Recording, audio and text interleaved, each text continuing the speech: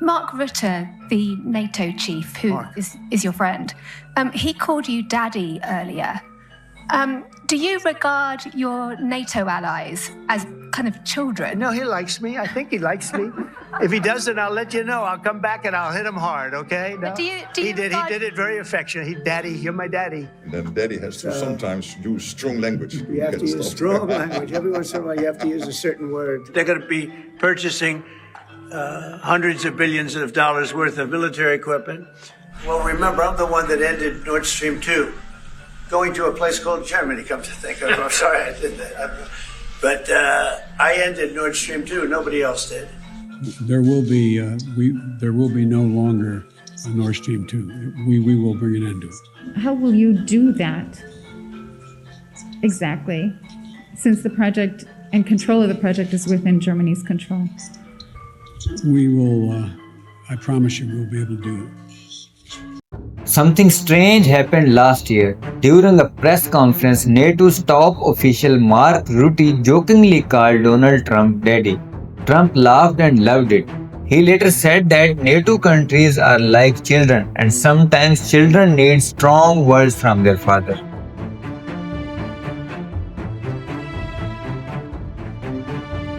It was meant to be a joke, but it revealed a deeper truth. The United States doesn't treat Europe like equal partners. It treats them like followers, like vessels.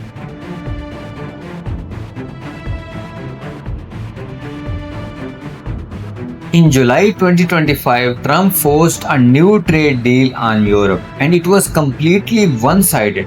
Under this deal, Europe agreed to 15% tariffs on goods going into the US, but American products face zero tariffs when sold in Europe. Europe also promised to buy $750 billion in US energy and invest $600 billion in American economy. What did Europe get in return? Nothing. What did Europe get in return? Nothing. Not a single major concession from America.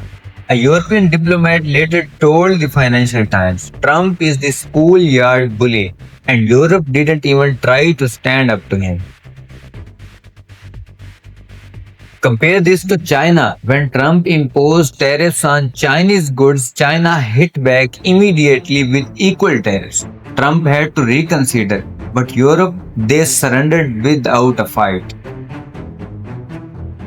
But this issue isn't only about trade, it's about control. For over 15 years, American tech giants have dominated Europe's digital world. Google controls search, Meta owns Facebook, WhatsApp, and Instagram. Amazon runs cloud services. Microsoft owns productivity tools. If foreign companies control your roads, ports, and power plants, wouldn't that cause outrage? Well, that's exactly what's happening with Europe's digital systems. American laws override European policy protections. Under US law, the government can demand access to European user data in secret. European leaders talk about digital independence, but they don't act because they are too dependent on US technology to do anything. The same goes for defense. Almost half of Europe's fighter jets are made in the United States. In just 1 year, 38 American F-35 jets were delivered to European countries. These are not just aircrafts. These are a sign of military dependence. Europe can't upgrade or maintain these systems without permission from the US. Now Trump wants NATO members to spend 5% of their GDP on defense by 2035. That's more than double the old goal. Germany would need to spend $329 billion every year, France $221 billion, Italy $158 billion. Now compare that to what they spend on education. Germany spends 4.7% of its GDP on schools and universities. That means Germany may soon spend more on weapons than on educating its children. So where does all this defense money go?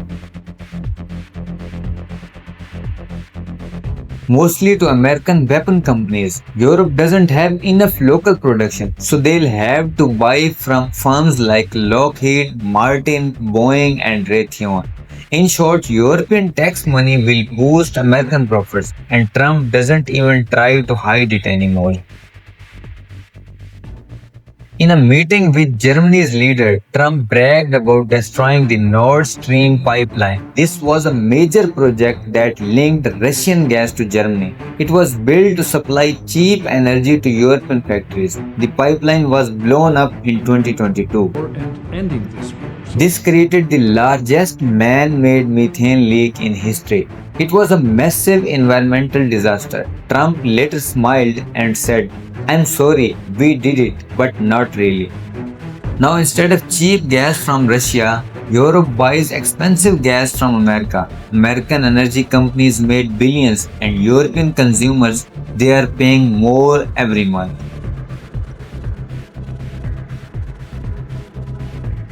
This isn't just about pipelines. When European tech companies grow too fast, they get blocked by US sanctions.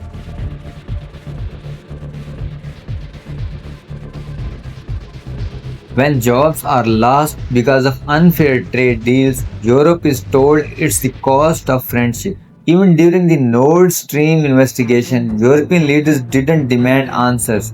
Only China, Russia, and Brazil supported an international investigation. A Polish politician even tweeted, "Thank you, USA," after the explosion. His wife worked for the American government. That says a lot about where loyalties lie. Germany was once a manufacturing giant. Now it's losing factories fast. Why? Because America pressured Europe to cut energy ties with Russia and also to be tough on China. Europe's biggest trading partner. German car makers used to sell millions of vehicles in China. Now those business ties are weakening thanks to American pressure. Meanwhile, US companies continue to trade freely with whoever they want. One of the saddest moments came during a security conference in Munich. Trump's vice president publicly attacked European policies. The conference chairman, a respected European diplomat, cried in public, "These are supposed to be strong sovereign leaders. Instead, they act like children getting scolded." They have invested heavily in US tech firms. If the American economy suffers, their wealth disappears. Many of European leaders used to work in American finance. France's president, former investment banker. Germany's chancellor used to run BlackRock's German office. Italy's former PM, another banker. These are not national leaders. The rest of the world is moving in another direction. BRICS, now expanded to 10 countries, includes over half of world's population. They are building independent systems outside the US control. China and Russia have formed a strong partnership. Many others are joining, but Europe more isolated, more dependent. Europeans now pay more for energy, everyday goods and weapons, while money for education and health goes down. Many EU countries spend around 4.7% of GDP on education, 10.4% on healthcare. Now they are being told to spend 5% just on weapons. That money has to come from somewhere. But when pressure came, they gave in. They choose to obey rather than stand up. Maybe being called daddy in public was the final warning, or maybe they are too deeply tied to America to ever break free. Either way, the mask is off. This is no longer a partnership, it's an empire, and Europe is acting like a province.